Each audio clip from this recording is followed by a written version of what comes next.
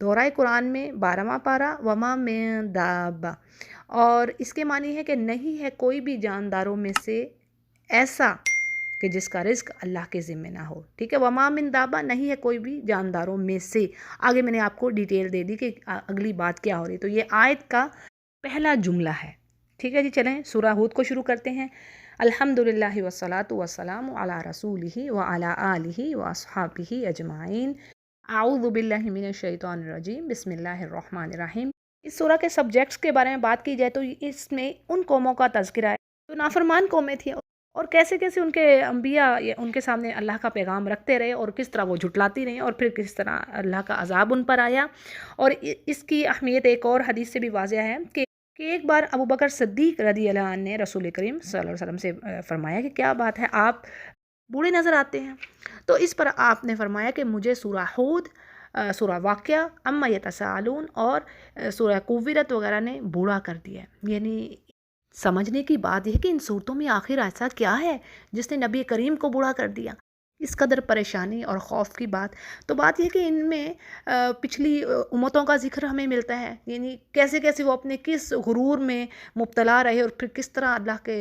یعنی انجام کیا ہوا، سمجھتے کیا تھے کہ کبھی ایسا ہوگا ہی نہ، اور کہاں سے پھر عذاب آیا۔ اور اسی طرح قیامت کے دن کی جو ہولناکی ہیں، جو اس دن جو حشر ہوگا، اس کے بارے میں ہمیں ذکر ملتا ہے سورہ تکویر میں اور سورہ نبا میں۔ تو پہلی آیت کا مفہوم جو آ رہا ہے، الف لام را، اس کے پہلے حروف ہیں، حروف مقطعات۔ کہا جا رہا ہے کہ اس کتاب کی جو آیات ہیں محکم ہیں، یعنی واضح ہیں، ہر چیز کو بیان کر دینے والی ہیں، اور ایک حکیم اور باخبر ہستی کی طرف سے ہیں۔ یعنی سبحان اللہ، اس میں انسانوں کو زندگی گزارنے کے طریقے، دین کے تمام احکامات، نصیحتیں، عقائد، پھر ایمانیات، آداب اور اخلاق، ہر چیز کو اللہ نے واضح کر دی کہ دیکھو یہ تمہارے لیے بہتر ہے، دیکھو پچھلی قوموں کا انجام دیکھو۔ اور یہ کتاب بڑے باحکمت یعنی زبردست ہستی کی طرف سے آئی ہے جس نے کائنات بنائی ہے، اور ہر چیز کے پیچھے ایک خوبصورت حکمت چھپی ہوئی ہے۔ یعنی اگر کوئی لا اللہ بتا رہے ہیں، کوئی چیز کو، کسی چیز کو فرض کر رہے ہیں، تو بھئی اس کے پیچھے وزڈم ہے، تمہارا ہی بھلا ہے، یہ ہیومینٹی کے لیے بہترین ہے، رحمہ ہے، بلیسنگ ہے، اللہ کے راستے پر ڈالنے والی۔ اچھا جی، آگے نبی کی زبان سے کھلوایا جا رہا ہے کہ دیکھو ایک اللہ کے سوا کسی کی عبادت نہ کرو، اور تم کو میں یعنی اس بات سے ڈرانے والا بن کر آئے ہیں اور بشارت دینے والا بھی، یعنی بشارت گڈ نیوز کس کی؟ جنت کی، اور یہ کہ تم اپنے رب سے اپنے گناہوں کی معافی کرواؤ اور اس کی طرف متوجہ ہو، اور تم کو وہ ڈھیل دے رہا ہے، یعنی تمہیں زندگی کا سامان دے رہا ہے ایک فکس ٹائم تک، یعنی جتنی اللہ نے زندگی دی انسانوں کو، ٹھیک ہے، یہ ساتھ ساتھ میں وضاحت بھی کر رہی ہوں۔ تو بات یہ ہے کہ اور جو ان میں زیادہ اچھے اعمال کرنے والا ہوگا اللہ تعالیٰ زیادہ ثواب دے گا، اور اگر تم اس چیز سے منہ پھیرتے ہو تو میں یعنی نبی کہتا ہے کہ میں تمہارے لیے ایک بڑے دن کے، یعنی پھر میں تمہیں ایک وارن کر رہا ہوں، قیامت کے دن کی بات ہو رہی ہے، اور تم کو اللہ ہی کے پاس جانا ہے، اور وہ ہر شے پر پوری قدرت رکھتا ہے، He has power on all۔ آگے کہا جا رہا ہے جی ان لوگوں کے بارے میں کہ جو اپنے سینوں کو دوہرا کر لیتے ہیں، اور تاکہ اللہ سے اپنی باتیں چھپا لیں، اور یاد رکھو وہ لوگ جس وقت جو کپڑا لپیٹ رہے ہیں اپنے آپ کا، اور وہ اس وقت کو بھی جانتا ہے جو وہ چھپاتے ہیں، جو ظاہر کرتے ہیں، اور یقیناً وہ دلوں کے اندر کی باتوں کو جاننے والا ہے۔ اب مفسرین اس آیت کے بارے میں یہ کہتے ہیں کہ یہ ان مسلمانوں کے بارے میں نازل ہوئی آیت جو حیا کی وجہ سے، یعنی ان میں اتنی شرم و حیا تھی کہ وہ قضائے حاجت یا بیوی سے ہم بستری کے وقت بھی برہنہ ہونا پسند نہیں کرتے تھے، تو اس پر یہ بات آئی۔ تو بہرحال یعنی بات یہ ہے کہ شرم و حیا کا جذبہ اپنی جگہ بہت اچھا ہے، لیکن اس میں اتنا یعنی کسی چیز میں بھی ایکسیس بڑھ جانا نا، زیادتی کر دینا، وہ اچھی بات نہیں ہے۔ تو یعنی یہاں پر بھی یہی بات آ رہی ہے، کسی چیز میں کسی چیز کو بالکل کم کر دینا یا ایکسٹریم پہ چلے جانا، تو وہ صحیح نہیں ہے، ٹھیک ہے جی۔ آگے دیکھتے ہیں، اللہ تعالیٰ فرما رہے ہیں کہ زمین پر کوئی ایسا جاندار نہیں ہے مگر یہ کہ اس کی روزی اللہ تعالیٰ کے ذمے ہے، اور نہ صرف اس کی روزی یعنی اس کا رزق، بلکہ اس کے رہنے سہنے کی جگہ کو وہ جانتا ہے، اور کہاں یعنی کس جگہ پر اس کو موت آئے گی، کہاں پر اس نے رہنا ہے، کس طریقے سے رہنا ہے۔ یعنی جانوروں کے آپ دیکھیں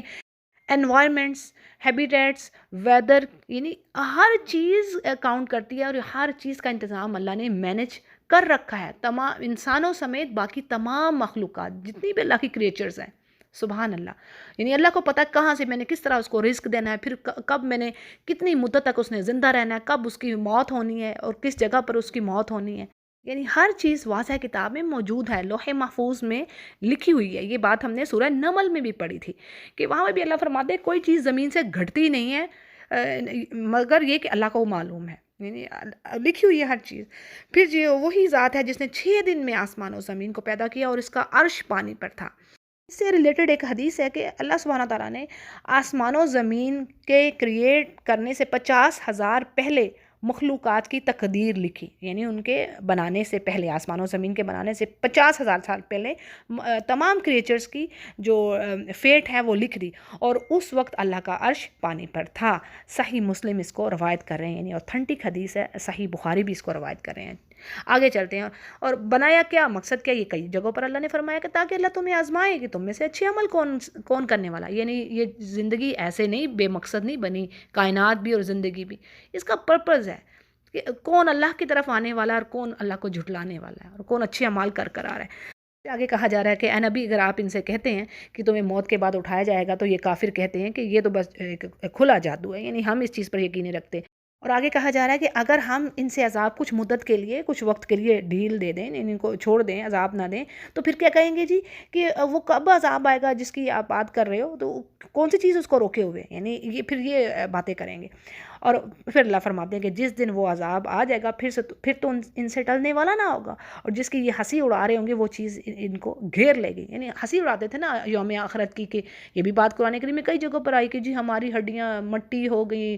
گل سڑ کر، تو کیسے ہوگا کہ دوبارہ ہم پیدا ہوں گے، اور رسولوں کی ہنسی کرنا پچھلی قوموں کو یہی طریقہ رہا ہے نا، تو اللہ فرماتے جس چیز کی ہنسی کر رہے تھے وہ پھر پکڑ لے گی۔ اور آگے بات آ رہی ہے انسان کی خصلت، کیا ہے کہ جب اللہ تعالیٰ اس کو اپنی نعمت کا مزہ چکھا کر اس سے واپس لے لے، تو پھر تو وہ بڑا ہی یعنی مایوس ہو گیا، ڈیسپریٹ اور ناشکرہ بن جاتا ہے۔ یعنی سورۃ الفجر کی آیت نمبر 16 میں پڑھتے ہیں نا کہ جب اس پر رزق کی تنگی کی جاتی ہے، اللہ کھینچتا ہے اس کا جو اس کے انکم کے سورسز ہیں، تو کیا کہے گا کہ ربی احانن، میں تو بڑا ذلیل ہو گیا۔ اور جیسے ہی اللہ تعالیٰ اس کو پھر سے اپنی نعمت کا مزہ چکھاتے ہیں سختی کے بعد، تو پھر کہنے لگتا ہے کہ مجھ سے تو اب میری برائیاں دور ہو گئیں، اور پھر بڑا ہی اترانے والا اور شیخی خورا بن جاتا ہے، یعنی پھر سے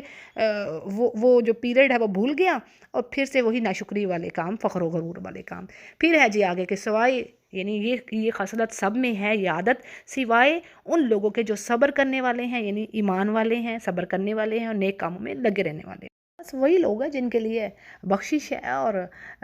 نیک بدلہ ہے، یعنی زبردست ریوارڈ ہے جنت کی صورت میں۔ پھر جی آگے بات ہے کہ اے نبی، شاید آپ وحی کے اس حصے کو چھوڑ دینے والے ہیں جو آپ کی طرف آ رہی ہے، اور اس سے آپ کا دل تنگ ہو رہا ہے، یعنی کہ کافر جو باتیں کرتے، یہاں پر آپ میں ڈیٹیل دیے دیتے ہیں، وہ کافر کہتے کہ جی ان کے پاس کوئی خزانہ کیوں نہیں آتا، یا پھر کوئی فرشتہ کیوں نہیں اترتا ان کے ساتھ، تو یعنی اس طرح کی یہ باتیں کرتے کہ جس سے آپ صلی اللہ علیہ وسلم کا سینہ تنگ ہوتا، آپ غمزدہ ہوتے۔ تو اس پر کہا جا رہا ہے کہ آپ تو اے نبی صرف ان کو ڈرانے والے ہیں، تو یعنی ہر چیز کا اللہ ذمہ دار ہے، تو آپ کو تسلی دی جا رہی کہ ان کی باتوں پر ان کو یعنی لگے رہنے دیجیے، آپ اپنا کام کیجیے۔ پھر جی آگے اللہ فرماتے ہیں کیا یہ کہتے ہیں کہ اس قرآن کو یعنی آپ نے گھڑا ہے، تو آپ ان سے کہیے کہ تم مجھے اس کے جیسے کوئی 10 صورتیں ہی لا کے دکھا دو، یعنی بنا لو ایسی 10 صورتیں اگر تم کر سکتے ہو، اور اللہ کے سوا تم جسے چاہے اپنے ساتھ ملا لو، یعنی تم اپنے حامیوں کو بھی اکٹھا کر لو۔ اور پھر کہا گیا کہ اے نبی، اگر یہ تمہاری اس بات کو ایکسیپٹ نہیں کرتے، اس چیلنج کو، تو یقین جان لو کہ یہ قرآن اللہ کی طرف سے اتارا گیا ہے اور اللہ کے سوا کوئی معبود نہیں ہے، بس پھر کیا تم اب مسلمان ہوتے ہو؟ یعنی یہ ایک چیلنج دے دیا گیا تھا محمد صلی اللہ علیہ وسلم کی طرف سے ان کافروں کے لیے۔ آج بھی وہی بات ہے، یعنی اس وقت بھی اور آج بھی، ٹھیک ہے، کہ تم جس کی مدد لینا چاہتے ہو لو، اور اس قرآن جیسی کوئی 10 صورتیں بنا کے لے آؤ۔ اچھا، پھر سورۃ البقرہ میں بھی ہم پڑھتے ہیں نا کہ اس کے جیسی کوئی ایک ہی صورت لے آؤ، اور ساتھ اللہ نے فرما دیا کہ یہ ہرگز ایسا نہ کر سکیں گے۔ یہ ظاہر ہے یہ اللہ کا کلام ہے، یہی تو اس کا زبردست پروف ہے۔ اور آگے کہا جا رہا ہے کہ جو شخص دنیا کی زندگی کو پریفر کر رہا ہے، تو اللہ تعالیٰ اس کے اعمال کا پورا بدلہ اس دنیا میں پھر دے دیا جائے گا، اور یہاں پھر اس پر یعنی اس کے بدلہ دینے میں کوئی کمی نہیں کی جائے گی جو وہ چاہتا ہے دنیا میں۔ اور آخرت میں کیا ہوگا کہ یہی لوگ ہوں گے جن کے لیے سوائے آ کے کچھ نہ ہوگا، اور جو بھی انہوں نے اعمال دنیا میں کیے ہوں گے سب اللہ تعالیٰ غارت کر کے رکھ دیں گے، ان کے اعمال یعنی سب کچھ وہ برباد ہونے والا۔ یہ بات بھی پیچھے پڑھ لی ہم نے پچھلے جز میں بھی، کس طرح اللہ تعالیٰ ان کے اعمال کو، چاہے انہیں کتنے ہی کام کیے ہوں، چیریٹی کے، ویلفیئر کے، لیکن اللہ کی رضا کے لیے نہیں کیے ہوں گے، اللہ کے پلیئر کے لیے نہیں کیے ہوں گے، اللہ کو تو مانتے نہیں، تو پھر کیسے اللہ ایکسیپٹ کرے گا؟ تو اللہ ان کو اڑا دے گا جیسے ذرے اڑتے ہیں نا۔ اچھا اس میں ایک اور مثال آپ کے آگے رکھ دیتی ہوں، پہلے بھی میں نے یہ بات بتائی ہے، جیسے آپ دیکھیں کسی کمرے میں روشنی تھوڑی سی آ رہی ہو کہیں کھڑکی سے کچھ اس طرح، تو آپ دیکھتے ہیں کہ ذرات ایسے ہوتے ہیں جو ہاتھ سے پکڑ نہیں سکتے، صرف آپ دیکھ سکتی ہیں، تو وہ ایسے ہو جائیں گے ان کے اعمال، یعنی اتنے ایسے ذرات، ہلکی چیز جو ہاتھ سے بھی نہ پکڑی جا سکے۔ ٹھیک ہے جی، ایک مثال میں نے آپ کے آگے رکھ دی۔ آگے کافر اور مومن کے بارے میں بتایا جا رہا ہے کہ کیا کافر اور مومن ایک جیسے ہو سکتے ہیں؟ ایک مومن تو یعنی اللہ کی طرف سے دلیل پر ہے، وہ ایمان پر ہے، اور اس پر ایک گواہ، گواہ سے مراد یہاں پر قرآن یا پیغمبر اسلام ہے، ٹھیک ہے، یعنی اس کے ساتھ ایک گواہ بھی ہے، تو کیا وہ کافر ایک جیسے ہو سکتے ہیں؟ ایسا نہیں ہے۔ اور اسی طرح آگے کہا جا رہا ہے کہ موسیٰ علیہ السلام کی جو کتاب یعنی تورات تھی، وہ بھی اپنے وقت میں وہ کیا تھی؟ امامت کرنے والی تھی، لیڈر تھی، رحمہ تھی۔ تو بات یہ ہے کہ ایمان والے پچھلی کتابوں پر بھی ایمان رکھ رہے ہیں، ٹھیک ہے، یعنی اگر ان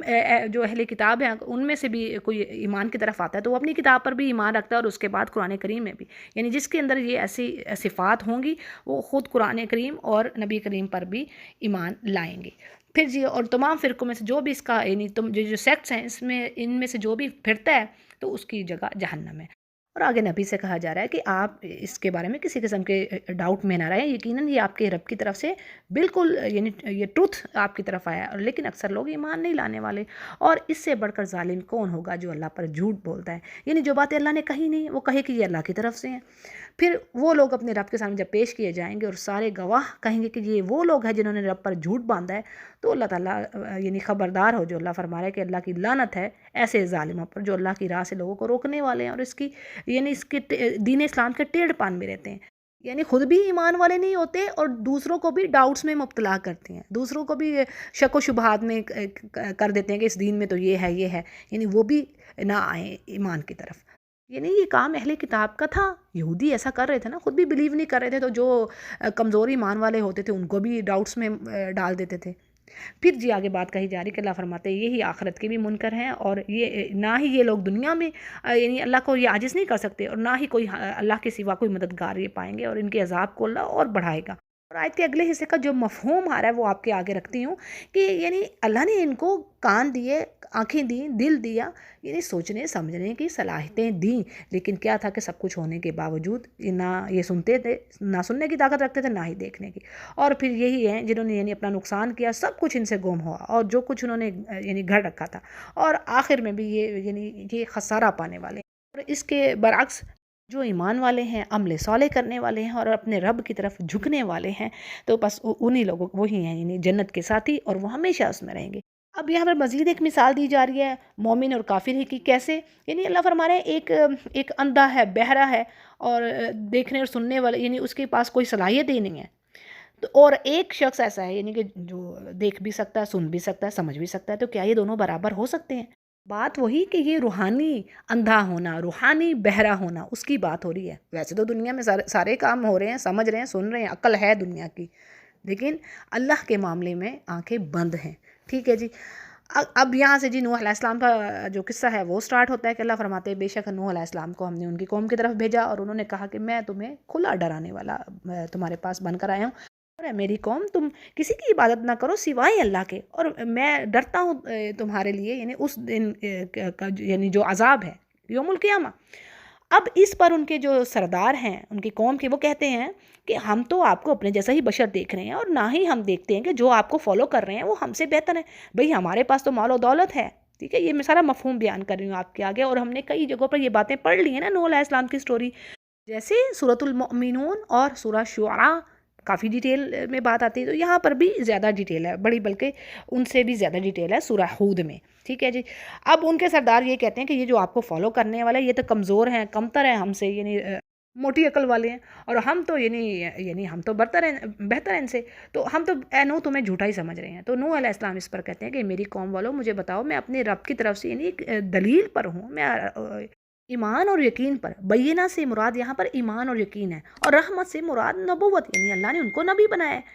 اور بات یہ ہے کہ میرا نبی ہونا تمہاری آنکھوں میں آ نہیں رہا، یعنی تم اس چیز سے اندھے ہو گئے ہو، تو میں زبردستی اب تمہارے گلے کیسے مونڈ سکتا ہوں اس بات کے، نہیں تو میں کیسے زبردستی میں اس چیز کی طرف لا سکتا ہوں؟ یعنی تم تو بیزار ہو اس چیز سے کہ میں تمہیں اللہ کی طرف بلاتا ہوں. اور پھر کہتے ہیں کہ اے میری قوم والو میں تم سے کوئی اجر نہیں مانگ رہا، کوئی مال نہیں لے رہا، یعنی جو میری تبلیغ ہے اب میرا تو ثواب اللہ کے ہاں ہے، نہ میں ایمان والوں کو اپنے پاس سے نکال سکتا ہوں. یعنی یہاں پر کیا بات آتی ہے کہ وہ جو ان کے جو شرفا تھے، لیڈر تھے، وہ چاہتے تھے کہ ان کو ہٹائیے اپنے پاس سے، ان کو ہٹائیے، ان کمزوروں کو، کمتر لوگوں کو، پھر ہم آپ کی بات سنتے ہیں. تو یہاں پر وہ پھر نوح علیہ السلام کہتے ہیں کہ میں ایسا نہیں کر سکتا. یعنی ان ایمان والوں کو تو اپنے رب سے ملنا ہے، بلکہ اس کے برعکس تو میں یہ دیکھتا ہوں کہ تم جاہلوں میں سے ہو، یعنی تم جاہل قوم ہو، اور اے میری قوم میری کون مدد کرے گا؟ اگر میں ان کو اپنے پاس سے، یعنی جو سچے ایمان والے ان کو میں اپنے پاس سے ہٹا دیتا ہوں تو میری اللہ کے سوا کون مدد کر سکتا ہے؟ اور کیا یعنی تم نصیحت نہیں حاصل کرتے؟ اور سورۃ الکہف میں بھی یہی بات آپ صلی اللہ علیہ وسلم سے کہہ دی گئی کہ اے نبی آپ اپنے آپ کو روک کے رکھیے کہ ان لوگوں کے ساتھ جو اگرچہ جو دنیا کے مال و دولت سے محروم ہیں، وہ غریب ہیں، پور ہیں، لیکن وہ اپنے رب کو صبح شام پکارتے ہیں اور اپنی رب کی رضا چاہتے ہیں، تو آپ کی آنکھیں ان سے نہ کہیں ہٹیں. سبحان اللہ. تو یہ کیسا خوبصورت میسج ہے. تو اللہ نے فرما دیا نا، حدیث میں آتا ہے کہ اللہ نہ تمہارے مالوں کو دیکھتا ہے، نہ تمہارے جسموں کو، یعنی تم کتنے خوبصورت ہو یا تم کتنے مالدار ہو، اللہ نہیں دیکھ رہا اس چیز کو. اللہ تمہارے دلوں کو دیکھتا ہے کہ اللہ کا ڈر کتنا کوئی رکھنے والا ہے. سبحان اللہ. یہی بات یہاں پر آ رہی ہے. اچھا جی، آگے نوح علیہ السلام کہتے ہیں کہ دیکھو میں یہ نہیں کہہ رہا، یعنی اپنی قوم سے کہتے ہیں کہ میرے پاس اللہ کے خزانے نہیں ہیں، اور نہ ہی میں یہ کہتا ہوں کہ جی میں انسین کا جاننے والا ہوں، یعنی غائب کا علم میرے پاس نہیں ہے، اور نہ ہی میں یہ کہہ رہا ہوں کہ میں کوئی فرشتہ ہوں. میری تو بات یہ ہے کہ جن پر تمہاری نظریں ذلت کے ساتھ پڑ رہی ہیں، نہیں تم ان کو ہلکا جانتے ہو، تو یہ تو اللہ ہی جانتا ہے کہ اللہ ان کو کوئی نعمت دے گا یہ نہیں، وہ تو وہ خوب جانتا ہے. تو میں تو اس معاملے میں کوئی بات نہیں کہہ سکتا، اگر کچھ ایسا کہوں تو میرا شمار ظالموں میں ہوگا. اب اس پر نئی بات کیا کہتے ہیں کہ قوم نوح جو تھی کیا کہنے لگی کہ نوح آپ بڑی بحث کر لی آپ سے، اب آپ جس چیز سے ہمیں ڈرا رہے ہو نا، یعنی عذاب سے، وہ اب آپ لے آئیے اگر آپ سچے ہیں. تو نوح علیہ السلام نے جواب دیا کہ ٹھیک ہے، اگر اللہ تعالیٰ چاہے گا تو وہ تم اس کو ہرانے والے تو نہیں ہو، یعنی تم اسے عاجز نہیں کر سکتے، تمہیں میری خیر خواہی کچھ نفع دے تو رہی نہیں ہے، تو میں چاہے کتنا ہی تمہارا ویل وشر ہوں.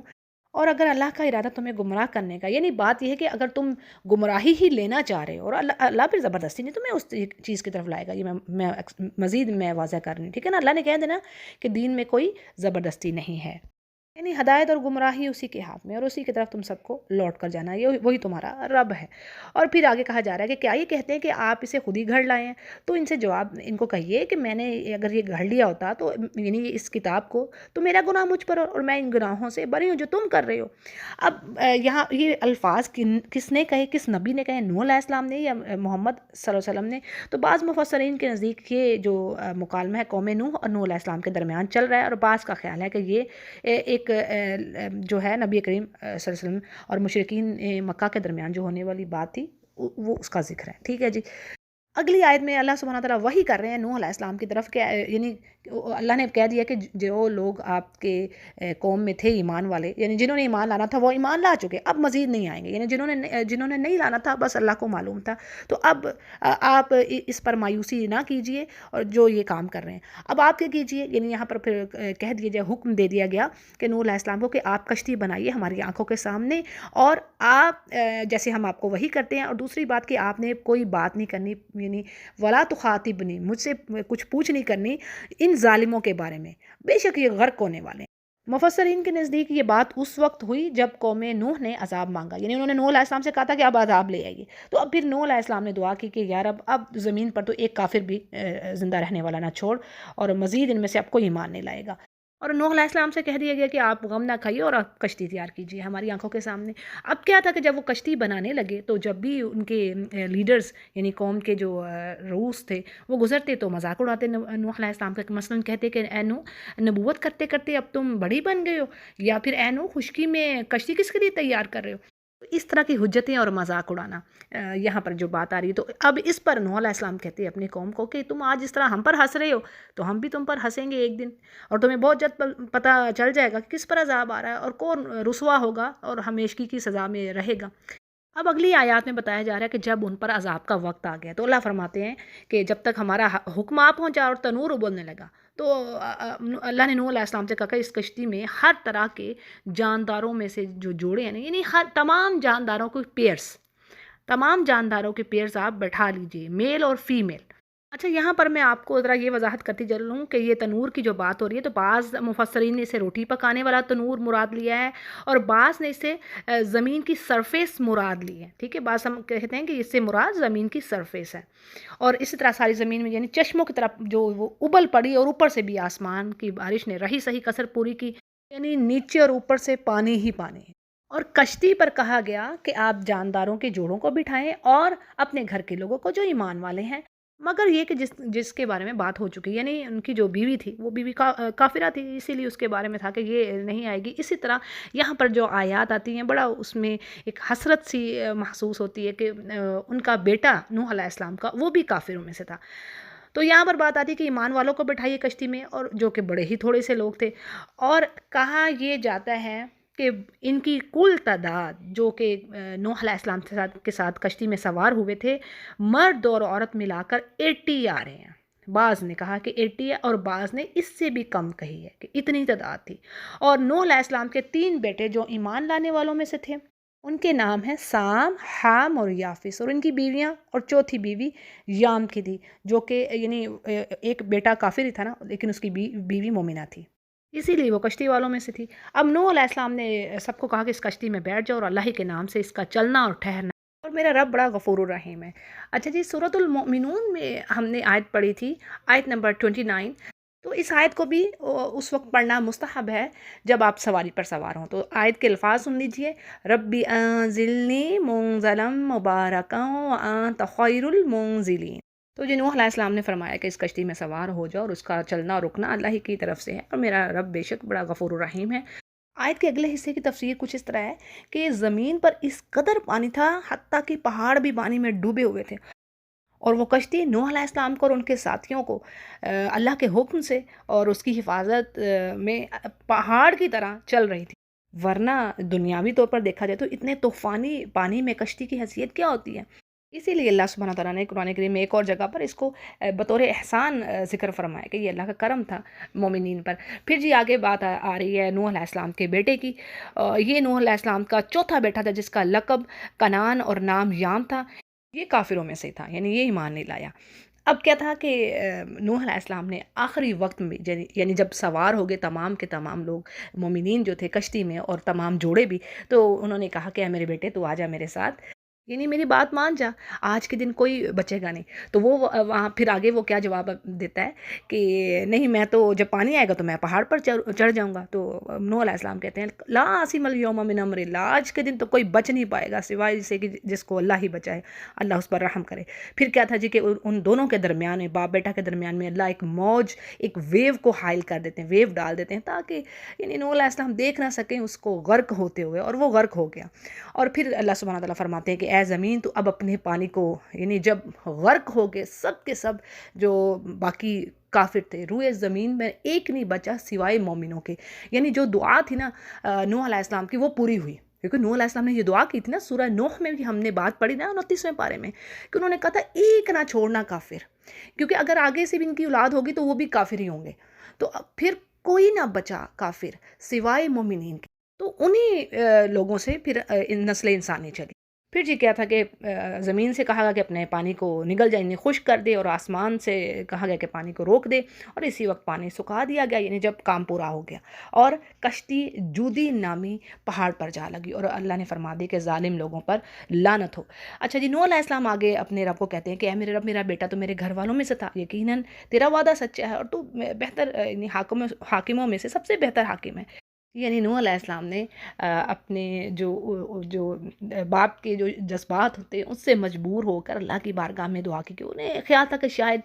وہ مسلمان ہو جائے۔ تو اس پر اللہ تعالیٰ فرماتے ہیں کہ اے نوح، وہ یقیناً آپ کے گھر والوں میں سے نہیں تھا، اور اس کے کام تو بالکل ناشائستہ تھا، یعنی وہ تو اللہ کا دشمن تھا، کافر تھا، اور آپ کو ہرگز ایسی دعا نہیں مانگنی چاہیے جس کا آپ کو علم ہی نہیں ہے۔ سبحان اللہ، ایک نبی کو اللہ نے یہ بات فرما دی۔ اور یہاں پر بڑی اہم چیز ہمارے لیے سمجھنے کو کیا آ رہی ہے کہ اللہ تعالیٰ نے یعنی اللہ نے کہہ دیا کہ وہ اگرچہ ان کا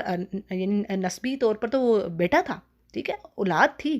لیکن کیا ہے کہ اگر کوئی ایمان نہیں لاتا، چاہے وہ نبی کا باپ ہو، بیٹا ہو، بیوی ہو، وہ نبی کے گھرانے کا فرد نہیں ہے۔ اس کو اللہ نے واضح کر دیا۔ اسی لیے تو اللہ نے کہا کہ آپ ایسی بات نہ کیجئے، یعنی جس چیز کا آپ کو علم نہیں ہے۔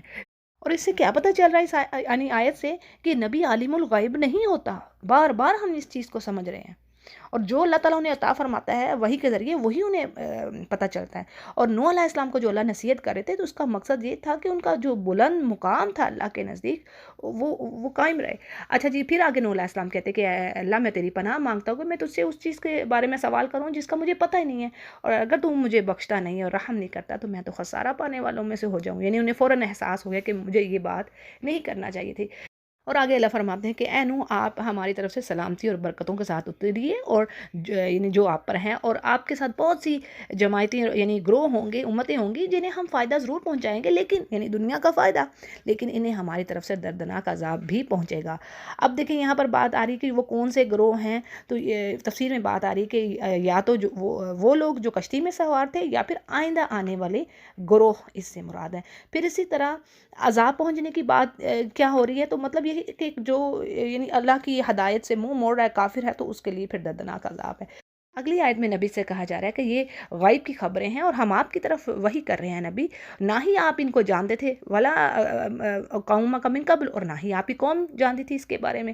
بات یہ ہے کہ آپ صبر کیجئے، جو آپ کی قوم آپ کو یعنی تکلیف پہنچا رہی ہے، آپ کو طعنے تشنیع کر رہی ہے، اس پر صبر کیجئے اور یقین جانیے کہ انجام یعنی پرہیزگاروں کا ہی بہتر ہوگا. پھر جی آگے اب بات شروع ہو رہی ہے قوم عاد کی. یعنی سب سے پہلے ہم نے سورہ ہود میں نوح علیہ السلام کی سٹوری پڑھی. نیکسٹ کیا ہے، ہود علیہ السلام کے بارے میں بات آ رہی ہے کہ اللہ فرماتے ہیں کہ عاد کی طرف ہم نے ان کے بھائی ہود کو بھیجا، اور انہوں نے بھی یعنی میسج کیا دے رہے ہیں کہ اے میری قوم، تم اللہ کی عبادت کرو اور تمہارے لیے اللہ کے سوا کوئی معبود نہیں ہے، اور یہ جو تم اللہ کے ساتھ دوسروں کو شریک ٹھہرا رہے ہو تو تم اللہ پر جھوٹ باندھ رہے ہو، اور میری اے قوم، میں تم سے کوئی اجر نہیں مانگ رہا. یہ وہی الفاظ یعنی رپیٹ ہو رہی ہے، ریپیٹیشن ہو رہی ہے انبیاء کے، یعنی سیم میسج آپ دیکھیں گے کہ آگے چلتا جائے گا. آگے اور انبیاء کی بھی بات آئے گی تو سیم میسج پہلے جو آیات. تو جی وہ کہتے ہیں کہ اے میری قوم، میں تم سے اس بات پر کوئی اجر نہیں مانگ رہا، میرا اجر تو اسی پر ہے جس نے مجھے پیدا کیا، اور کیا تم عقل سے کام نہیں لیتے. اور اے میری قوم، تم توبہ کرو، استغفار کرو اپنے رب کی طرف، تاکہ وہ تم پر بارش برسائے اور تمہاری طاقت اور قوت میں اضافہ کرے. دیکھیں یہاں پر 2 بینیفٹس آ رہے ہیں استغفار کے. اس کے علاوہ سورہ نوح میں آپ پڑھیے، آیت نمبر 10 سے لے کے کچھ آگے کی آیات ہیں، ان میں مزید آپ کو پتہ چلتا ہے استغفار کے کیا فائدے. تو یہاں پر اب جو بات آ رہی 2 بڑے بینیفٹس کیا ہیں جی. ایک یہ کہ پانی کا آنا. پانی کا آنا کیا ہے، سورۃ الجن میں ہم نے بات پڑھی نا، اور بھی اس کے علاوہ کئی جگہوں پر، کہ پانی کا آنا مطلب یہ ہے کہ دنیا کی پراسپیرٹی، خوشحالی، فراوانی، مال و دولت کی،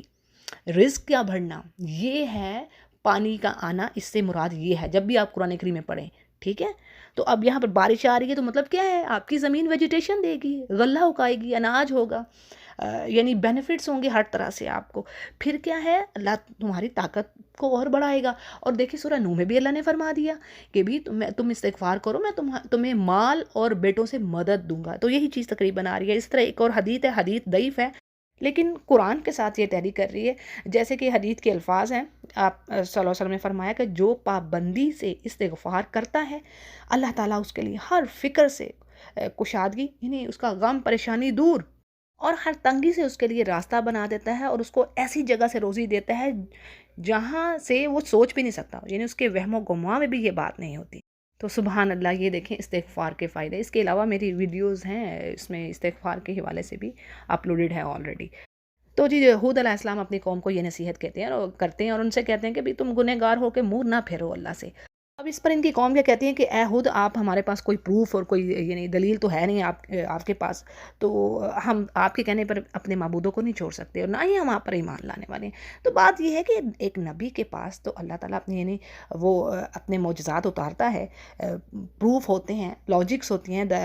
کلیئر سائن ہوتے ہیں. لیکن کیا ہے کہ جنہوں نے جو ڈھیٹ قوم ہوتی ہے پھر وہ اسی طرح کی حجت بازی کرتی ہے. اور ان کی ڈھٹائی کا مزید اگلی آیت میں کیا اندازہ ہوتا ہے کہ ہود علیہ السلام کو کہتے ہیں کہ ایسا یعنی تو ہمارے معبودوں کی توہین اور گستاخی کر رہا ہے. یہ میں مفہوم رکھ رہی ہوں، تفصیل آپ کے آگے.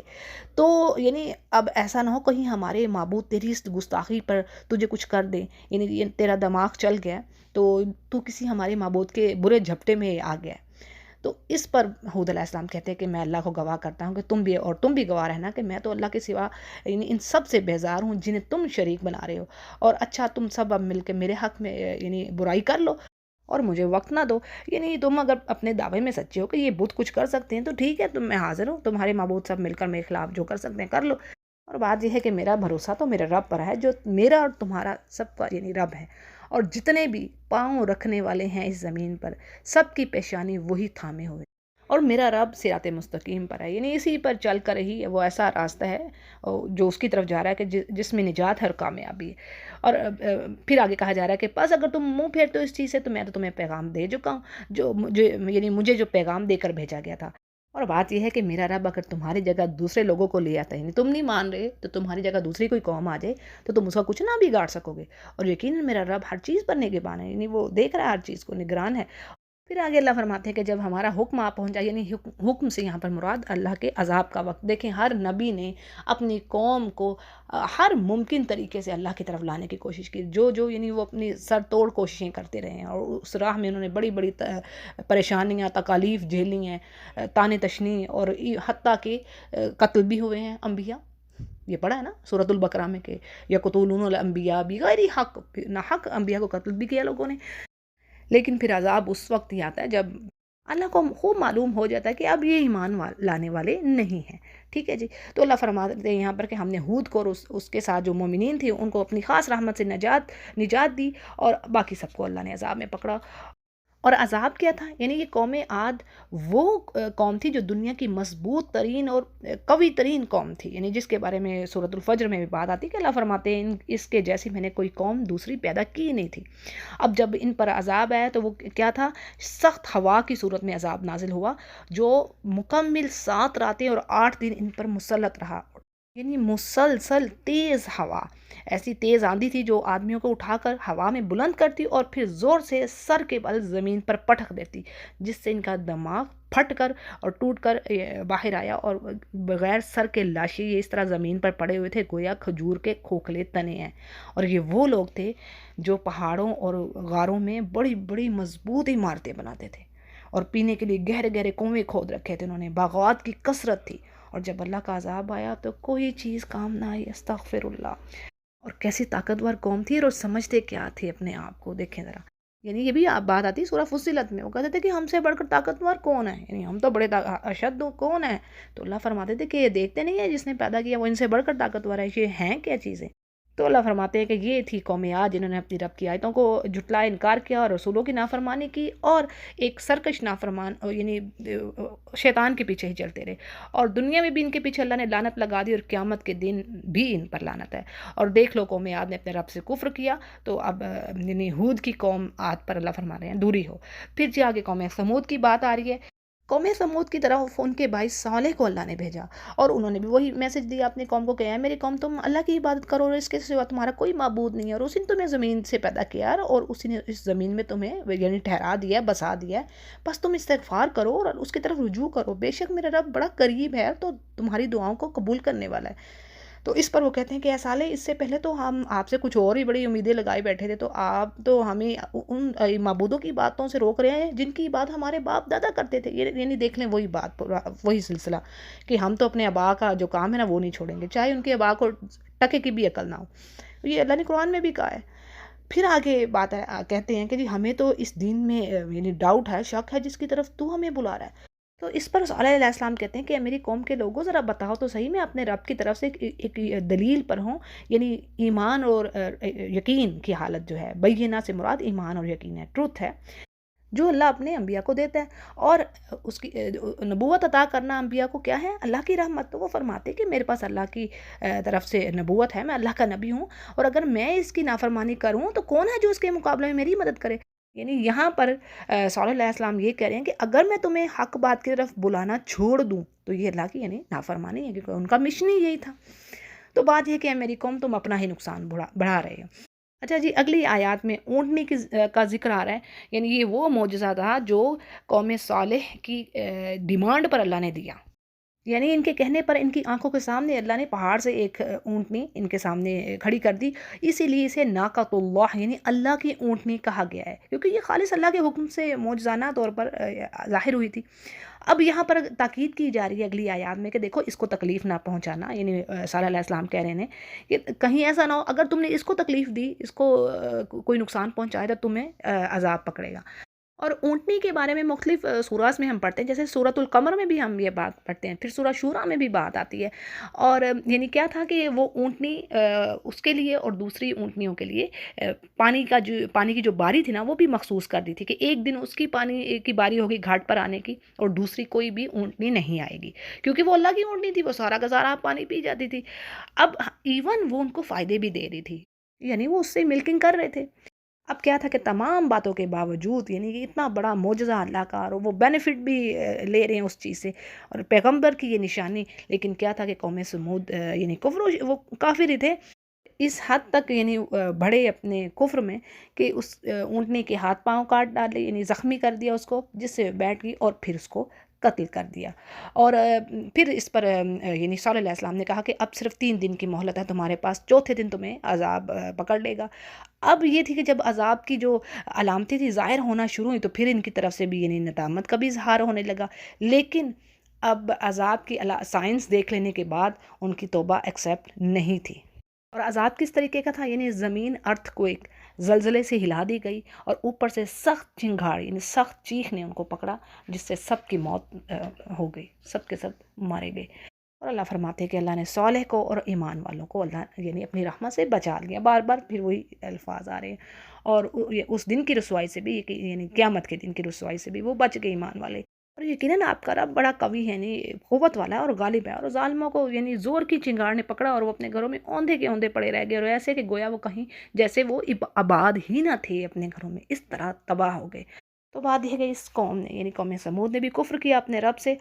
تو ان پر بھی اللہ کی طرف سے پھٹکار یعنی لعنت ہے۔ اچھا جی، آگے الفاظ آ رہے ہیں ابراہیم علیہ السلام کے بارے میں، یعنی کچھ ان کے بارے میں ذکر ہے کہ اللہ فرماتے ہیں جب ہمارے بھیجے ہوئے میسنجر جو تھے ابراہیم علیہ السلام کے پاس گڈ نیوز لے کر پہنچے اور انہیں سلام کہا، اس پر ابراہیم علیہ السلام نے بھی ان پر سلام بھیجا، اور بغیر دیر کیے فوراً سے پہلے ہی گائے کا بنا ہوا ایک بچڑا لے کر آ گئے۔ یعنی ابراہیم علیہ السلام بڑے مہمان نواز تھے، اور ان کو یہ بھی نہیں پتہ چل سکا تھا کہ یہ فرشتے انسانی صورت میں آئے ہیں اور کھا پی تو سکتے نہیں ہیں،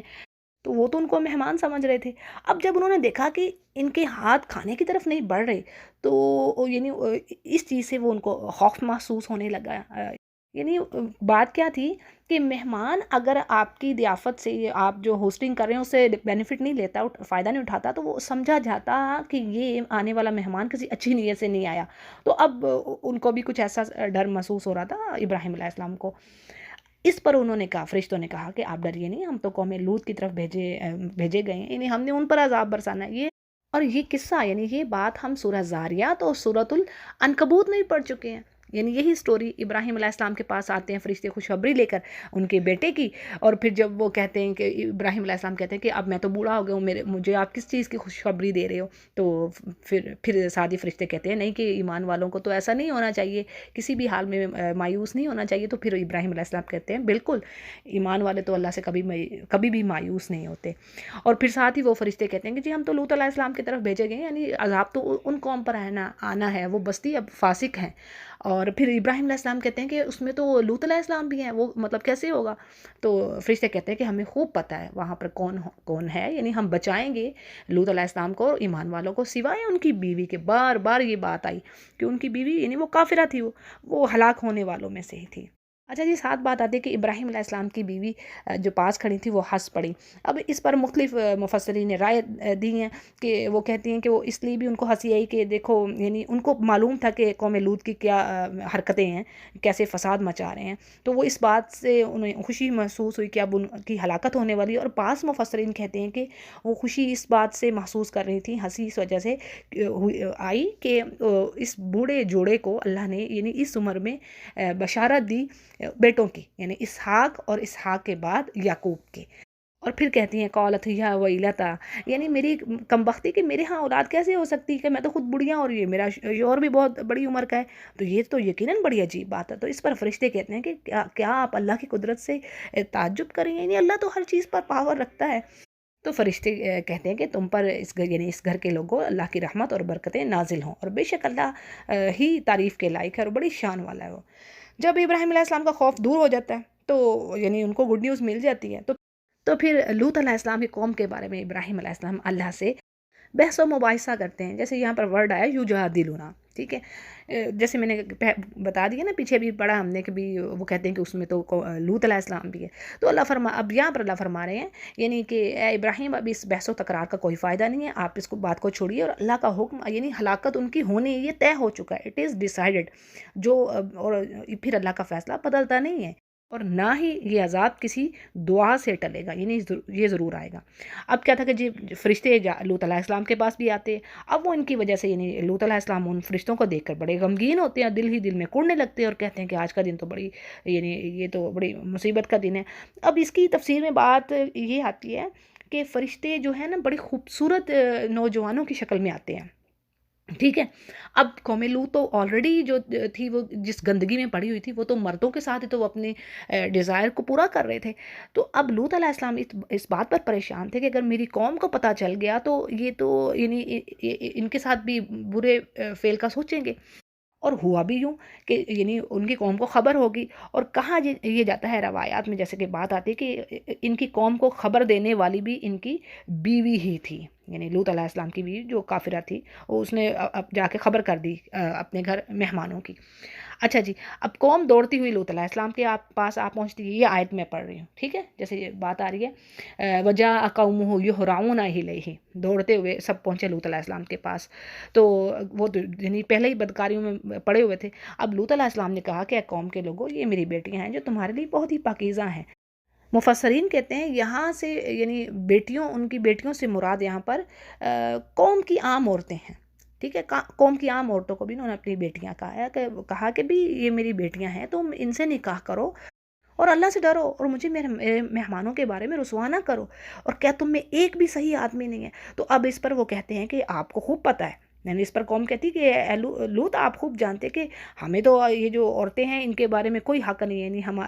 ہم نہ ان کی طرف بڑھتے ہیں، تو ہمیں تو اصلی چاہت جو ہے وہ آپ کو اس کے بارے میں پتہ ہے۔ تو لوط علیہ السلام کہتے ہیں کاش کہ مجھ میں تم سے مقابلہ کرنے کی قوت ہوتی، یا کوئی زبردست آسرا سہارا ہوتا، یعنی کوئی کسی خاندان یا قبیلے کا۔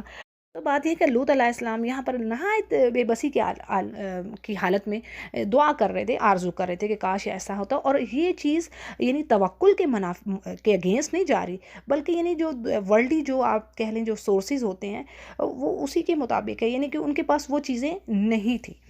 اچھا جی، آگے بات آتی ہے کہ فرشتوں نے لوط علیہ السلام سے کہا کہ آپ پریشان نہ ہو، ہم تو اللہ کی طرف سے بھیجے ہوئے رسول ہیں، یعنی فرشتوں نے دیکھ لیا کہ لوط علیہ السلام کی جو بے بسی اور قوم کی جو حرکتیں ہیں، تو اس پر انہوں نے کہا آپ مت گھبرائیے، یہ آپ پر آپ تک نہیں پہنچ سکتے، بلکہ یہ ہم تو ان کا کام تمام کرنے کے لیے آئے ہیں، اور ان کو عذاب پہنچنے والا ہے صبح کے وقت، اور صبح کا وقت تو بالکل قریب آنے لگا، یعنی کوئی زیادہ ٹائم تو نہیں ہے، ہاں یعنی آپ کو بچا لیا جائے گا اور آپ کے گھر والوں کو سوائے آپ کی بیوی کے۔ اور اللہ فرماتے ہیں کہ جب اللہ کا حکم پہنچا تو اللہ نے اس بستی کو تہس نہس کر کے رکھ دیا، یعنی اس بستی پر کئی طرح کے عذاب آئے۔ ایک تو یہ کیا کہ اس کا اوپر والا حصہ نیچے کر دیا، یعنی سب سے پہلے تو کہا جاتا ہے کہ بستی کو اکھیڑ کے زمین سے بلندی پر لے جایا گیا، بلندی سے جا کے اس کو نیچے گرایا گیا، اور وہ یعنی الٹا کر دیا گیا، پھر ان پر پتھروں کی بارش برسائی گئی، اور ہر کنکری پر یعنی ہر پتھر پر یعنی نام تھا، نشاندار تھے وہ۔ اور پھر آگے جو بات آ رہی ہے کہ اللہ فرماتے ہیں ظالموں سے کچھ دور نہ تھے یہ سب، تو اب اس میں تفسیر میں بات آ رہی کہ بعض مفسرین کہتے ہیں کہ یہ جو بستیاں ہیں ان کا ذکر آ رہا ہے کہ یہ جو بستیاں ہلاک ہوئی ہیں جن پر عذاب آئے، یہ شام اور مدینہ کے درمیان تھی، یعنی ان مشرکین سے زیادہ دور نہ تھی، ان کو لیسن لینا ہو تو ان سے لیتے۔ اچھا جی، اگلی آیت میں قوم شعیب کی بات ہو رہی ہے کہ اللہ فرما رہے ہیں کہ ہم نے مدین والوں کے پاس ان کے بھائی شعیب کو بھیجا، اور اس نے کہا، یعنی انہوں نے بھی وہی میسج دیا کہ اے میری قوم، اللہ کی عبادت کرو، اس کے سوا تمہارا کوئی الہ نہیں ہے، اور تم ناپ تول میں کمی نہ کرو، یعنی میں تمہیں بہترین حالت میں دیکھ رہا ہوں، مجھے اور خوف ہے یعنی اس بات کا کہ تمہیں عذاب نہ گھیر لے۔ پتہ کیا چل رہا ہے کہ اس قوم میں کیا بیماری تھی، یعنی بدترین اخلاقی بیماری، ناپ تول میں کمی کرنا، میجر کم کر کے دینا، اس چیز سے منع کیا جا رہا ہے۔ ان کا کیا معمول تھا کہ جب ان کے پاس لوگ چیزیں بیچنے کے لیے آتے تو اس میں کمی کر کے ناپتے اس کو اور ڈنڈی مارتے، اور جب چیزوں کو بیچ دے دوسروں کی طرف تو بھی ان کو کم تول کر دیتے۔ تو اس چیز سے اب منع کیا جا رہا ہے۔ اور دیکھیں 30ویں پارے میں سورۃ المطففین میں کیا آتی ہے بات کہ تباہی ہے ایسے لوگوں پر جو ناپ تول میں کمی کرتے ہیں، وَيْلٌ لِّلْمُطَفِّفِينَ۔ تو جی پھر وہ کہتے ہیں کہ اے میری قوم، ناپ تول کے یعنی انصاف کے ساتھ ناپ تول کرو اور پورا پورا تولو، اور لوگوں کو ان کی چیزیں کم کر کے نہ دو، اور زمین میں فساد اور خرابی نہ مچاؤ۔ یعنی جب کسی کا آپ حق مارتے ہیں، ناپ تول میں کمی کرتے ہیں، اس کا حق پورا نہیں اس کو دے رہے، تو یہ زمین میں بگاڑ کی ایک صورت ہے، فساد ہے۔ حقوق العباد کی ادائیگی نہایت ضروری ہے۔ دیکھیے اللہ نے کہا نا کہ ایون یعنی تم میرے حقوق میں کچھ اگر کمی بیشی کرتے تو وہ تو اللہ کے ساتھ معاملہ ہے، لیکن لوگوں کے جو حقوق مارتا ہے اس کی تو بڑی سخت پکڑ ہے، جب تک کہ وہ شخص نہ اس کو معاف کرے تو یہ چھوٹی بات نہیں ہے۔ اسی لیے توبہ کی شرائط میں بھی بات آتی ہے کہ اگر کسی نے کسی کی ساتھ زیادتی کی ہے، حق تلفی کی ہے، تو اس توبہ میں وہ بھی بات آتی ہے کہ وہ اس کو یعنی اس کی کنڈیشن، توبہ کی کنڈیشنز ہیں، شرائط ہیں کچھ، تو ایک شرط وہ بھی آتی ہے کہ اس کو اس شخص سے معافی مانگنا ہوگی یا اس کا جو ازالہ پورا کرنا ہوگا، ٹھیک ہے۔ اور پھر شعیب علیہ السلام کہتے ہیں کہ دیکھو جو اللہ کا جو تمہیں حلال طریقے سے اللہ دے رہا ہے، جو بچ رہا ہے تمہارے پاس، وہ تمہارے لیے بہتر ہے اگر تم ایمان رکھنے والے ہو۔ یعنی جو تم دیانتداری سے کما رہے ہو وہی رزق پاک اور حلال ہے، اسی میں خیر و برکت ہے تمہارے لیے، وہ گروہ ہوگا۔ اور تم پر میں کوئی نگہبان تو نہیں ہوں، نہ کوئی دروغہ ہوں، اب یعنی میں تو تبلیغ ہی کر سکتا ہوں، تمہیں وارن کر سکتا ہوں کہ یہ کام مت کرو، ان برائیوں سے بچو۔ اب کیا تھا کہ انہوں نے کہا کہ جی اے شعیب، کیا آپ کی جو صلاح ہے، یعنی یہاں پر صلاح سے مراد عبادت یا دین یا تلاوہ ہے، ٹھیک ہے۔ تو اب وہ کہتے ہیں کہ یہ جو آپ کا دین ہے ہمیں اس چیز کا حکم دے رہا ہے کہ ہم اپنے باپ دادوں کے معبودوں کو چھوڑ دیں، اور ہم اپنے مالوں میں جو کام کر رہے تھے مال کیسے بڑھائیں گے ہم اگر یہ کام کرنا چھوڑ دیں۔ آج آپ دیکھ لیں، یعنی لوگوں سے آپ کہیں ملاوٹ نہ کرو، ڈنڈی مار کے نہ دو لوگوں کو، تو ناپ تول میں کمی نہ کرو، تو کہیں گے ہماری پوری نہیں پڑتی، جی پوری ہی نہیں پڑتی جب تک ہم ملاوٹ نہ کریں۔ اور جو ملاوٹ کرتا ہے اس کے بارے میں کیا بات آتی، من غشنا فلیس منا، یعنی جس نے ہمیں دھوکہ دیا وہ ہم میں سے نہیں ہے۔ تو آج دیکھ لیں وہ کہتے ہیں پوری پڑتی نہیں ہے، ہو ہی نہیں سکتا جی، پاسبل ہی نہیں ہے کہ ہم حلال طریقے سے پوری کر لیں۔ تو یعنی یہ آپ پڑھتی سورہ ہود کو دیکھ لیجئے، یعنی کہ انبیاء کے حال اور آج کے حال دیکھ لیں یار، اب یعنی آج سارے جو ہے نا کام اکٹھے ہو چکے ہیں، وہ ایک چیز نہیں ہو رہی، سب کام اکٹھے ہیں، بس وہی اب تو بس اللہ ہم منتظر ہیں اس چیز کے کہ کیا ہونے والا ہے، حال کوئی بہتر نہیں ہے زمین پر۔ اچھا جی، آگے کیا بات آتی ہے کہ وہ کہہ رہے ہیں کہ ہم تو نہیں اس چیز کو چھوڑ سکتے، بلکہ الٹا شعیب علیہ السلام کا مذاق اڑاتے ہیں کہ بھی آپ تو بڑے باوقار ہیں، بڑے نیک چلن آدمی ہیں، نیک ہیں بڑے۔ تو اس پر اگین شعیب علیہ السلام کہتے ہیں کہ میری قوم کے لوگوں، دیکھو اگر میں اپنے رب کی طرف سے روشن دلیل یعنی یقین پر ہوں، نبوت پر ہوں، اور اس نے مجھے اپنے پاس سے بہترین روزی دے رکھی ہے، اور میرا بالکل یہ ارادہ نہیں کہ تمہیں میں جس چیز سے منع کر رہا ہوں اس میں میرا کوئی فائدہ ہے، میرا کوئی مقصد ہے، بلکہ میں تو تمہاری اصلاح کے لیے یہ کام کر رہا ہوں، اور میری توفیق تو یعنی اللہ ہی کی مدد سے ہے، یعنی تمہیں حق بات جو میں پہنچا رہا ہوں اللہ کی توفیق سے ہی ہے، اور میرے معاملات میں یعنی پورا بھروسہ اللہ ہی پر ہے، اور میں اسی کی طرف رجوع کرتا ہوں۔ پھر شعیب علیہ السلام کہتے ہیں کہ میری قوم کے لوگوں میں مجھے یعنی ڈر ہے کہ ایسا نہ ہو کہ تم میری مخالفت میں اس قدر یعنی بڑھ رہی ہو تو یہ تم پر یعنی یہ عذاب کا باعث نہ ہو، جیسے قوم نوح اور قوم ہود اور قوم صالح کو یہ عذاب پہنچا، اور قوم لوط تم سے زیادہ دور تو نہیں ہے، یعنی جگہ اس کی، یعنی یہ سب تمہارے لیے ان میں لیسن ہے، اور تم اپنے رب سے استغفار کرو اور اس کی طرف توجہ کرو، یقین مانو کہ وہ بڑا مہربان ہے اور بہت محبت کرنے والا ہے۔ اب جی اس پر ان کی قوم کیا جواب دیتی ہے، یعنی وہ کہتی ہے کہ اے شعیب، آپ کی اکثر باتیں تو ہماری سمجھ میں نہیں آ رہی، انہوں نے سمجھنے کہا تھا، اور ہم تو آپ کو بہت کمزور پاتے ہیں۔ اور اس کی کمزوری کی جو ڈیٹیل یہاں پر بات آ رہی ہے، تو بعض مفسرین کا خیال ہے کہ شعیب علیہ السلام کی بینائی کمزور تھی، وہ بہت ہی نحیف یعنی بہت ہی یعنی وہ جسم کے پتلے تھے، سوکھے تھے، اس اعتبار سے انہیں کمزور کہا گیا۔ وہ کہتے کہ ہم تو آپ کو ایسا پا رہے ہیں، تو اگر آپ ایک قبیلے کا خیال نہ ہوتا تو ہم آپ کو سنسار کر دیتے، یعنی پتھروں سے آپ کو مار دیتے۔ اب یہ جو قبیلے کی بات آ رہی ہے نا، اس کی بات یہ ہے کہ وہ شعیب علیہ السلام کا قبیلہ بھی اپنی قوم کے ساتھ ہی تھا، یعنی اسی لیے تو قوم نے کہا کہ وہ اپنے ہم مذہب ہونے کی وجہ سے انہوں نے کہا ہم آپ کا لحاظ کر رہے ہیں کہ آپ کا قبیلہ بھی ہمارے جیسا ہی ہے، نہیں تو اگر وہ بھی نہیں تو ہم آپ کو مار ڈالتے۔ اور بات یہ ہے کہ آپ کی کوئی حیثیت یعنی آپ کی ہستی ایسی ہے جس کی کوئی حیثیت نہیں ہے، یعنی صرف قبیلہ ہی کی وجہ سے ہم یہ کام کر رہے ہیں آپ تو۔ اس پر شعیب علیہ السلام کہتے ہیں کہ میری قوم کے لوگوں، کیا تم یعنی تمہارے نزدیک میری کوئی حیثیت نہیں ہے، میں اللہ کا یعنی اللہ نے مجھے نبوت سے سرفراز ہے، اور تم میرے قبیلے کی وجہ سے یہ کام کر رہے، یعنی وہ زیادہ عزت والا ہے تمہاری نظر میں، اور تم نے مجھے پیچھے ڈال دیا۔ یقیناً جو میرا رب ہے، جو تم کر رہے ہو اس سب چیزوں کو گھیرے ہوئے ہے۔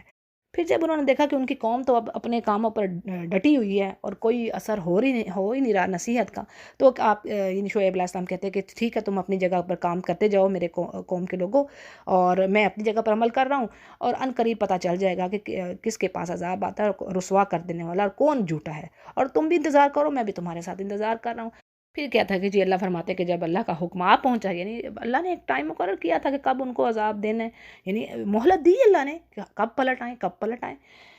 پھر کیا تھا جی، جب اب عذاب کا وقت آیا تو اللہ نے شعیب کو اور ان کے ساتھ مومنوں کو اپنی رحمت سے نجات دی، اور ظالموں کو سخت چنگھاڑ کے عذاب نے آ پکڑا، جس سے وہ اپنے گھروں میں اوندھے پڑے رہ گئے، گویا کہ ایسے تھے وہ گھروں میں کبھی بسے ہی نہیں تھے، یعنی ایسے آباد ہیں۔ آج بھی کبھی دیکھیں، اللہ معاف کریں، جب کہ کوئی حادثہ ہوتا ہے نا، بعض اوقات ایسا ہوتا ہے جیسے کوئی آپ ارتھ کویک ہی کہہ لیں،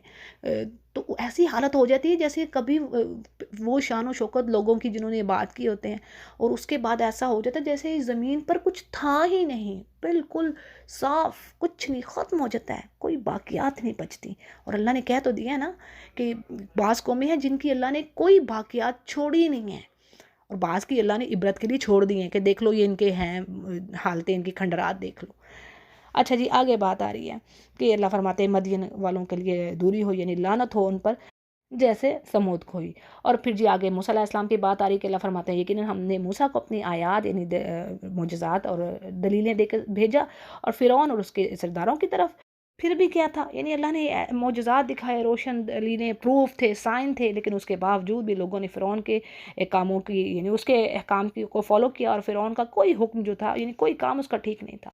یعنی خود بھی فاسق اور قوم بھی فاسق تھی۔ اور کیا تھا کہ قیامت کے دن اللہ فرما رہے ہیں یہ آگے آگے ہوگا فرعون، یعنی اپنی قوم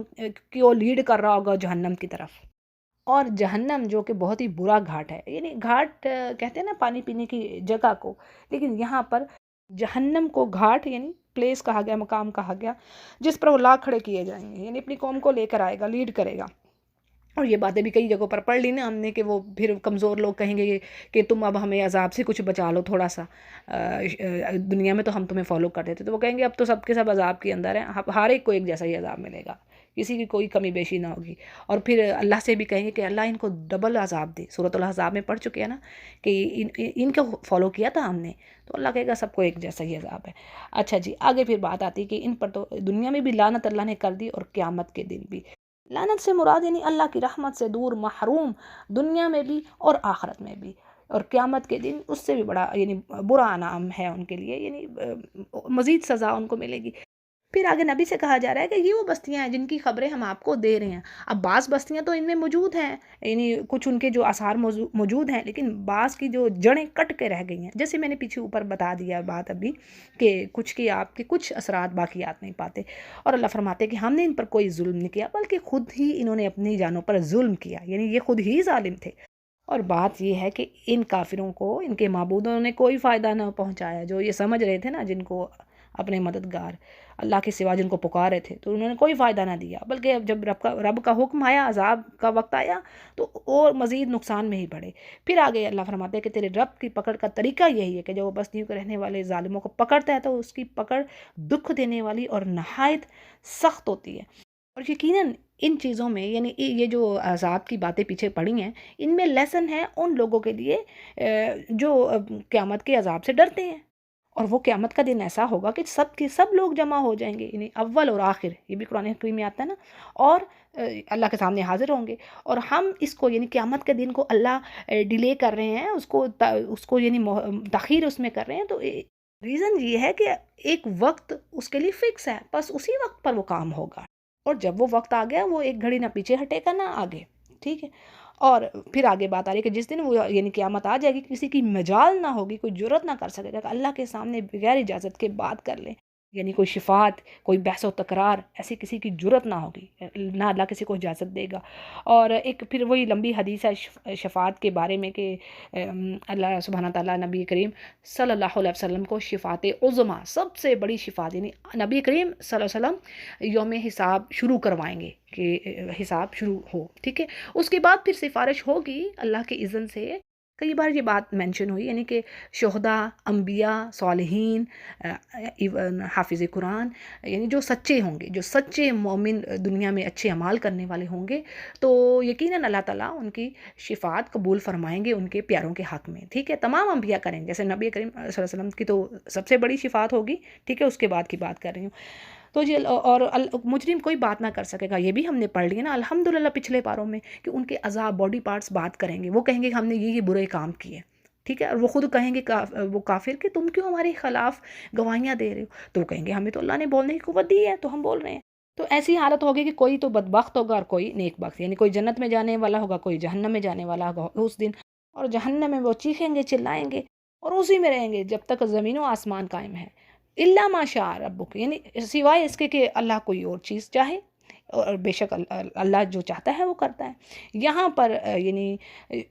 ہارڈلی کوئی بات جیسے کہ آئی ہے، ورنہ تو اللہ نے کہا ہے کہ ہمیشہ رہیں گے، یہاں پر صرف الا ما شاء ربک، ٹھیک ہے، الا ما شاء کا ورڈ آ رہا ہے۔ پھر اسی طرح نیک لوگوں کی بات ہے کہ جو نیک لوگ ہوں گے وہ جنت میں ہوں گے جہاں ہمیشہ رہیں گے جب تک کہ آسمان و زمین باقی رہے، مگر جو تیرا رب چاہے، اور یہ بے انتہا بخشش ہے۔ پھر آگے کہا جا رہا ہے کہ آپ ان چیزوں میں شک شبہ میں نہ رہیں جنہیں یہ لوگ پوج رہے ہیں، ان کی پوجا تو اس طرح جیسے ان کے باپ دادا بھی کرتے رہے پہلے، اور ان سب کو اللہ پورا پورا حصہ دے گا، یعنی جو ان کے گناہ ہیں پورا پورا ان کا بدلہ ملے گا ان کو، اور کسی میں بھی کمی نہ ہوگی۔ اور یقیناً ہم نے موسیٰ علیہ السلام کو کتاب دی،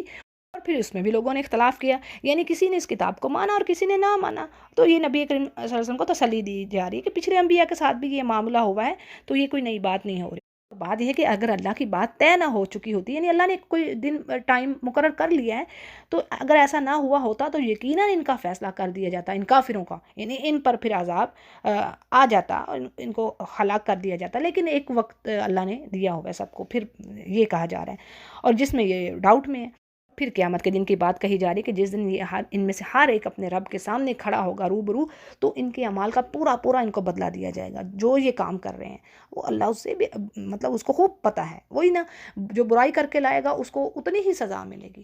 تو یہ اللہ خوب جان رہا ہے۔ پھر کہا جا رہا ہے کہ آپ اے نبی جمے رہیے اس چیز پر، یعنی اس تبلیغ پر جو آپ کو حکم دیا جا رہا ہے، اور جو لوگ آپ کے ساتھ ہیں، یعنی ایمان والے جو توبہ کر چکے ہیں، وہ بھی اس چیز پر جمے رہیں، یعنی ایمان پر جمے رہیے۔ اور حد سے بڑھنے سے منع کیا گیا کہ یعنی بات اس میں یہ آ رہی کہ دشمن سے دشمنی کرنے کے معاملے میں بھی یعنی تجاوز نہیں کرنا، زیادتی والی بات میں نہیں آنا، سبحان اللہ، یہ اللہ تعالیٰ اخلاقی ٹیچنگ جو ہے وہ کر رہے ہیں، اور اللہ تمہارے اعمال کو دیکھنے والا ہے۔ پھر آگے کہا جا رہا ہے جی نبی سے، لیکن تمام امت کو یہ میسج ہے کہ دیکھو ظالموں کی طرف مت جھکو، یعنی اس وجہ سے مطلب یہ ہو کہ ان سے تم نرمی کا معاملہ کرو تاکہ ان سے کوئی مدد حاصل کر لو، تو ایسا کام نہ کرو، ورنہ کیا ہے تمہیں بھی دوزخ کی آگ لگ جائے گی، یعنی ایسا نہ ہو کہ ان کی آپ نرمی کرتے ہوئے آپ ان کے دین کی طرف جھک جائیں، ان کی باتوں کو اپنا لیں۔